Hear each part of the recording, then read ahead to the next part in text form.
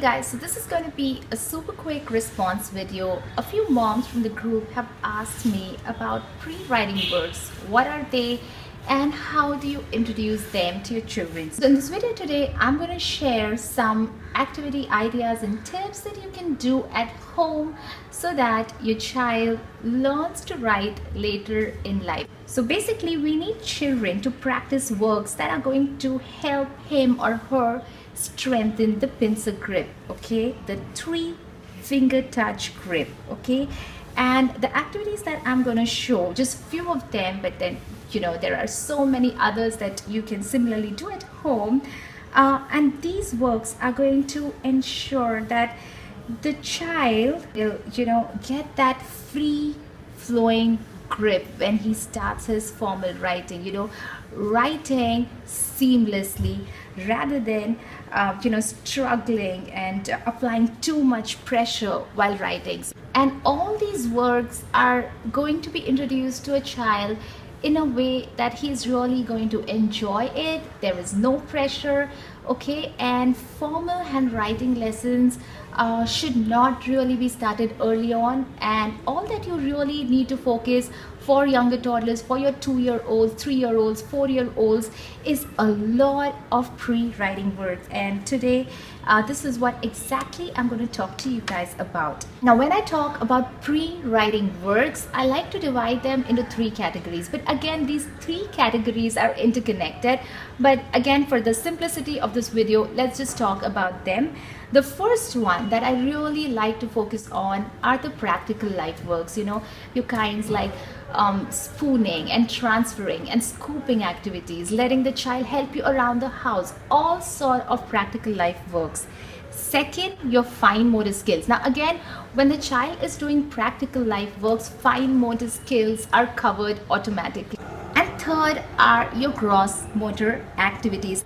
Now, for the correct grip to happen, you will see that it's not just the fingers of the child that are working, okay? So you have the fingers, the wrist, the elbow, all the larger muscles are also working simultaneously. So it's important to let the child play outside. In Montessori classrooms, they let the children mop the floor, broom the floor. So these are all great movement based activities you can do at home. So basically what I'm trying to say here is, and I don't want to go off track, but I just want to say that you do not really need to do any formal lessons for your child, okay? If you pay enough attention for letting the child explore his body naturally, in a very seamless manner at home and outside, half the preparation is done. And it's just a matter of time when the child will show a lot of interest to write, and that will happen anytime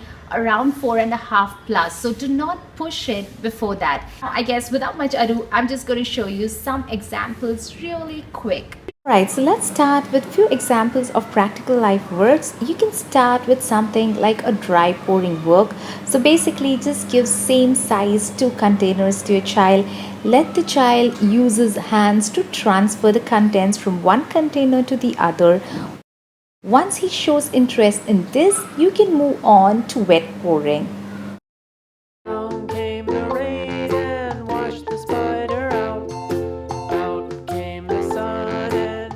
Next, encourage your child to get involved in all sort of household chores. Can be drying the clothes, trying to fold his own clothes, helping you in cooking. The list is really endless here.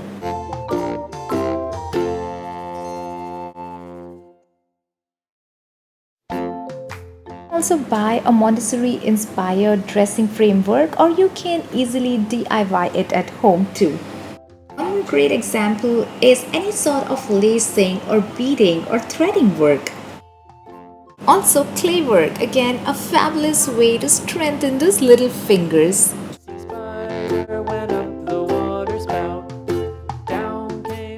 And painting, let it be totally unstructured. Let the child explore different mediums, different kind of brushes, sponges.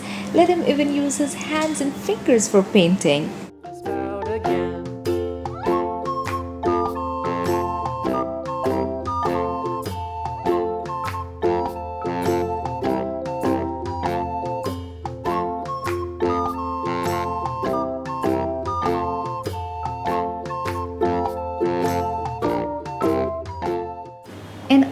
these beautiful words are indirectly helping with their fine motor skills as well. Let me give you a few more example of fine motor activities, but really you can make do with whatever you have at home. I in fact have a video exclusively on fine motor activities, which I'm going to link below, which you can check out. One really fun fine motor activity is letting the child put coins in a piggy bank. If the child is really small and still mouthing, you can probably give them larger tokens to put in. Also, using tongs to transfer pom poms and things like that. Again, a great way to work those little muscles. And then letting the child scribble using some chalks. And washed the spider out. Out came the sun and dried up all the rain. And the itsy bitsy spider went up the spout again. For older children, you can use something like this, a square chalkboard. But again, I wouldn't stress one bit on staying within the lines. You just need to let them explore it in their own way. Puzzles, any sort of puzzles, peg puzzles, jigsaw puzzles are again a great way of strengthening those finger muscles.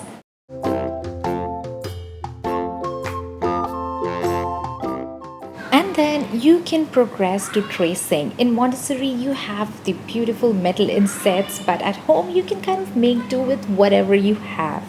The spout. Down came the rain and washed the spider out. Out came the sun and dried up all the rain. And the itsy bitsy spider went up the spout again.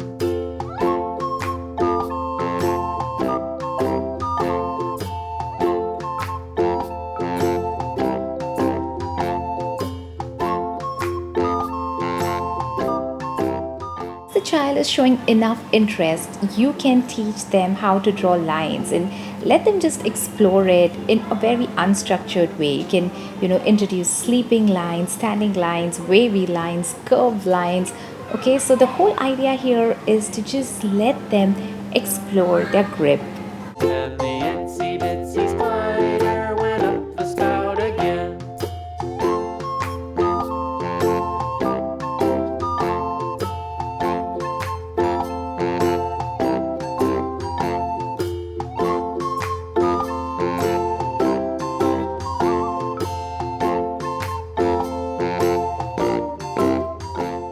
And then you can slowly progress to sandpaper tracing or tracing in the salt tray. And washed the spider out.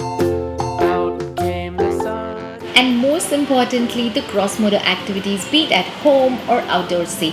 These coupled with practical life and fine motor works are a great precursor to formal handwriting lessons. I hope you found this video useful.